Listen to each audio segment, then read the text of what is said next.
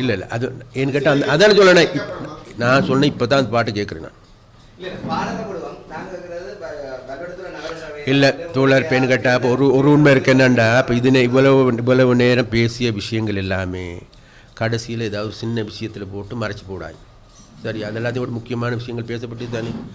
ஒரு உண்மை இருக்குது, கடைசி ஒரு வார்த்தை சொல்கிறோம். இந்த நாட்டில் முன்னாள் போராளிகள், போராள தலைவர்கள் ஏதாவது கனவு கண்டிருப்பாங்க தானே தோழர்.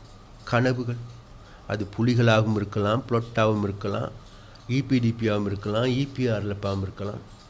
எல்லாத்திற்கும் ஒரு கனவு இருந்துச்சு. என்ன கனவு? தமிழ் மக்கள் நிம்மதியாக தன்மானத்தோடு வாழ வேண்டும் என்று. இந்த தமிழ் தலைவர்களால் இன்றைக்கு அந்த தன்மானத்தை கட்டியிருக்க முடியுமா?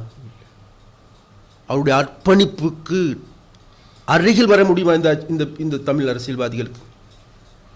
நாங்கள் அப்படி இல்லை. நாங்கள் இன்றைக்கு அவர்கள் கனவு கண்டிருந்தாலும் கூட அந்த கனவை நனவாக்குகின்ற வேலையை நாங்கள் செய்கிறோம். ஆகவே அந்த இயக்கங்கள் மீது பற்றுள்ளவர்கள் இருப்பார்களாக இருந்தால், உண்மையான பற்றுனா இல்லை போலி பட்டு தான் இன்றைக்கி வச்சுருக்காங்க, அதில் உண்மையான பற்றுள்ளவர்கள் அவர்கள் அன்றைக்கு அகார தழுவிக்கொள்ள வேண்டிய கட்சி தேசிய மக்கள் சக்தி.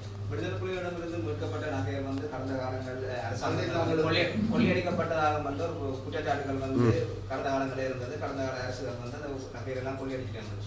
இப்போ 15 வருடங்களுக்கு பிறகு புதிதாக வந்து நகைகளை வந்து கையெழுத்திருக்கோம்னா அடையாளப்படுத்த சொல்லியும் வந்து அப்போ அந்த கடந்த ஆட்சியாளர்கள் கொள்ளையடிக்கப்பட்ட சொல்ல குற்றச்சாட்டு அது நான் சொல்கிறேன்னாட்டா. இப்போ முதலாவது நாங்கள் பார்ப்போம், இந்த நகைகள் வந்தது நல்லமா இல்லையா, மீள இல்லை கொள்ளையடிக்க. இப்போ நமக்கு தெரியாத தோழர் இன்றைக்கு அங்கன எத்தனை கிலோ தங்கம் இருக்குது, அவைகள் தங்கமா இல்லையா என்பதை பரிசீலிப்பதற்கும் கூட நம்ம இன்றைக்கு அதற்கான ரசாயன பிரிவு எல்லாத்துக்கும் பொறுப்பு கொடுத்துருக்கோம், போலீஸாரிடம் இருக்கும். அப்போ எதிர்வரும் காலங்களில் அதுகள் உண்மைத்தன்மை வெளிவந்த பிறகு அதில் என்ன லிஸ்ட் இருக்குது, அதுக்கான பெயர்கள் இருக்குது, அதுகளை நாங்கள் மீள அந்த மக்களுக்கு பெற்றுக் கொடுக்க வேண்டும் என்று நாங்கள் பார்க்கணும். அப்போ அதே போல் நமக்கு எல்லாருக்கும் தெரியும். இப்போ இது அது மாத்திரமாக தங்கமாக இருந்திருக்கும்னு நினைக்கிறீங்க? பல விஷயங்கள் இருக்குது.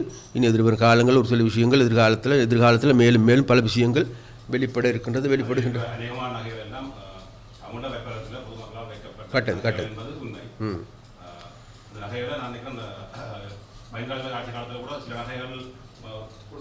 கொடுக்கப்பட்டது. அதுக்கு பிறகு பயன்கணக்களாக அந்த பேச்சு இல்லை. தற்போது சரியான வழி வந்திருக்கிறது. இது மிக விரைவில் நீங்கள் என்றால் நான் நினைக்கிறேன் அந்த பக்கெட் பண்ணப்படுது நமக்கு சாதாரணம் தெரியுது. சாதாரண மக்கள் இனங்காண்பது இலவா இருக்கும். சில சாதாரணமாக நமக்கு எல்லாருக்கும் தெரியும். அடகு வைக்கின்ற பொழுது ஏன்னா அடகு சீட்டு அந்த பக்கெட் உள்ளுக்கு தான் வச்சு பேக் பண்ணுவாங்க. அப்படி இருக்குது. இன்னும் 2 நாள் அதுகளுக்கு ஆன நடவடிக்கைகள் எடுக்கப்படும். நிச்சயமாக அதன் உண்மையான உரிமையாளர்கள் இருப்பாங்க. பெற்றுக் கொடுக்கறது இல்லாத போது தான் நாங்கள் அதுக்கான அடுத்த கட்ட நடவடிக்கை.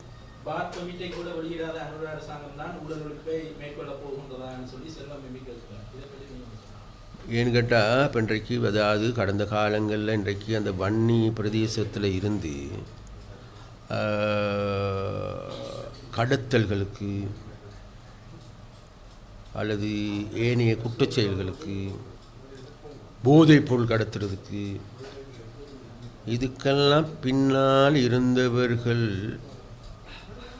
யார் என்பது மன்னார்வாழ் மக்களுக்கு நல்லா தெரியும்.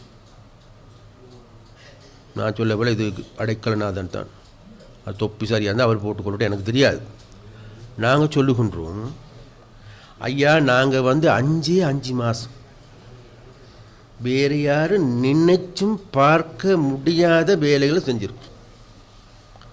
நீங்கள்லாம் இது நாள் வரைக்கும் போட்ட டான்ஸ் இனிமேல் எடுப்படாது. நீங்கள்லாம் இது நாள் வரைக்கும்னா தாங்கள் ஜம்பவானாக அல்லது தாங்கள் நினைக்கின்ற செயற்பாடுகளை மாத்திரம் முன்னெடுக்கின்ற தமிழ் மக்களுக்கு தண்ணி காட்டி கொண்டிருந்த வேலை இனி செல்லுபடியாக. அதனால வேண்டி இந்த வாரான ஏதாவது சின்ன சின்ன விஷயங்களை பிடிச்சி சொல்லி கொண்டு இருங்கோ. மக்கள் நாளைக்கு உங்களுக்கெல்லாம் நல்ல பாடம் கூட்டுவார். மாற்றியாச்சு இல்லை அது சரி, அவர் சொல்கிறது சரிதானே. அதில் அவர் சொன்னது அது ருசியாக என்னான்ட்டு நாங்கள் என்னத்தை பார்க்கணும், உப்பு எடுத்தோன்னே பார்க்க போகிறது நம்ம இதுன்ட்டு என்ன.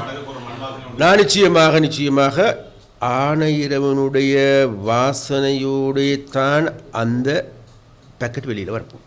இன்னும் ஸ்டார்ட் ஆரம்பிக்கல, இன்னும் ஒரு ஜூன் மாதத்துக்கு பிறகு மாற்றப்பட்டு விட்டது.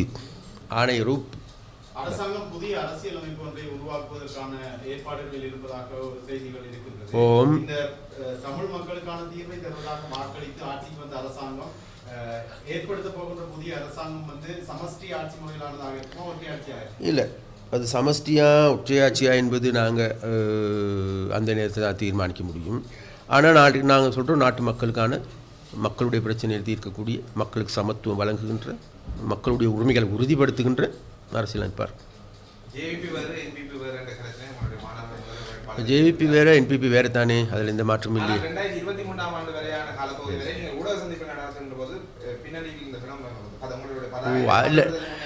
ஒரு உண்மை இருக்குது, தோழர்களுக்கு எல்லோருக்கும் தெரியும். இது ஊடகவியலாளர் என்ற வகையில் உங்களிடம் நான் சொல்லுகின்றோம், கேட்டுக்கொள்கின்றோம். நான் இன்றைக்கு ஜேவிபின்ற எம்பி தானே. என்ன ஜேவிபி என்பது என்பிபியில் ஒரு அங்கம். இன்றைக்கி எங்களுடைய ஜேவிபி தலைமையகத்தில் தான் என்பிபியினுடைய ஊடகவியலாளர் மகாநாடு நடக்கும். அதுக்கு பின்னுக்கால நாங்கள் போர்டு போடுவோம். ஒன்றா நீங்கள் ஒரு நேரத்தில் அந்த போட மறந்துருப்போம், அல்லது நீங்கள்லாம் என்ன நீங்களே வந்து தானே போர்டு போட்டுக்கிட்டு வேலை செய்வீங்க. அதனால அந்த இதுகளை பற்றி பெருசாக கணக்கெடுக்க வேண்டாம். ஓகே தோழா, தேங்க்யூ வெரி மச். எல்லாரும் வடக்கு மக்கள் அதிகமாக என்பிபிக்கு ஆதரவு வழங்கி இருக்கிறார்கள் கடந்த தேர்தலில். அவர்களுடைய அபிலாஷைகளில் ஒன்று சமஷ்டி முறையிலான ஆட்சி அமைப்பு கொண்டு வர வேண்டும் என்பது. அதற்கான ஏற்பாடுகளை வடக்கினுடைய பிரதிநிதிகள் செய்வார்கள்.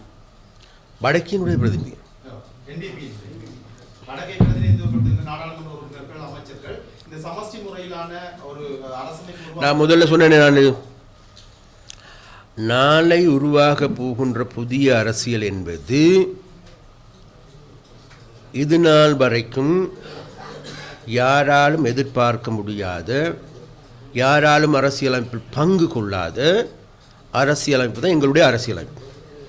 நாளைக்கு உருவாக்க போகின்ற அரசியலமைப்பு என்பது தமிழ், சிங்கள, முஸ்லீம், பேக, மேலை அனைத்து மக்களுடைய கருத்துக்களும் உள்வாங்கப்பட்ட, அனைவருடைய அபிலாசைகள் உள்ளடக்கிய, அனைவருக்குமான உரிமைகளை உறுதிப்படுத்துகின்ற, தாங்கள் எல்லோரும் இலங்கையர் என்று சத்தம் போட்டு சொல்லக்கூடிய ஒரு அரசியலமைப்பாகத்தான் இருக்கும். அந்த அரசியலமைப்பில் தமிழ் மக்களுடைய உரிமைகள் 100% பாதுகாக்கப்படும்.